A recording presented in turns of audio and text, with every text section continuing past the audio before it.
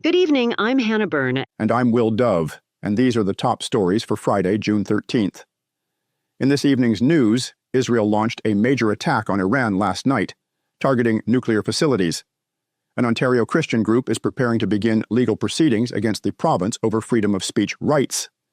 Chris Sims of the Canadian Taxpayers Federation reveals what Ottawa's anti-energy policies are costing Canada, and the figure is astronomical. And we explore the real reason why Canada sold off its gold reserves. And as much as it pains us to say it, it wasn't really Justin's fault. In recent weeks, I've done 2 interviews on Alberta separation. The first with lawyer Jeff Rath of the Alberta Prosperity Project. That interview, titled The End of Canada, Why Alberta Wants to Leave, was released a few weeks ago. Then, last week, we released my interview with the economist Martin Armstrong, where we discussed the future of North America and his projections for what happens to Canada and Alberta should the province separate. But it turns out that the issues Albertans are so upset about, in fact, hurt all Canadians.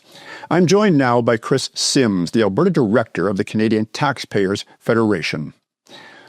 Chris, you're an Albertan, and we're hearing a lot these days about Alberta separation, and of course it's largely because of Ottawa stifling energy developments in the province.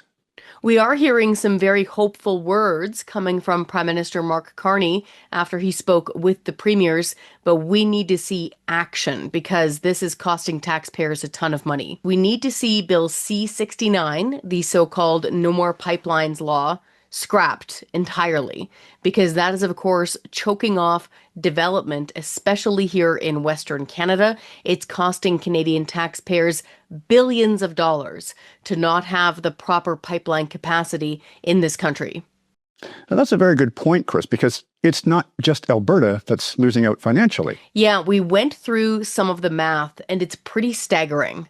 So if you take a look at the fact that since 2015, Canada has lost out on around $670 billion due to stalled or strangled natural resources projects that were just never allowed to happen.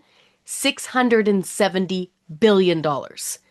And then you also take a look at something like Ottawa's cap on energy.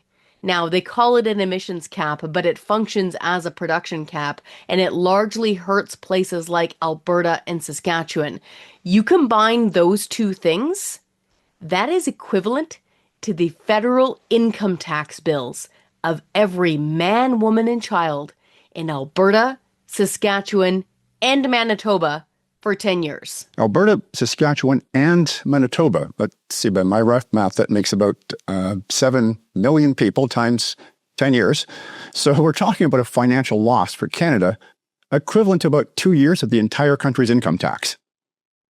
Yeah, we do think this is critically important because, of course, right now we're hearing a lot of tension coming from people out west who are fed up.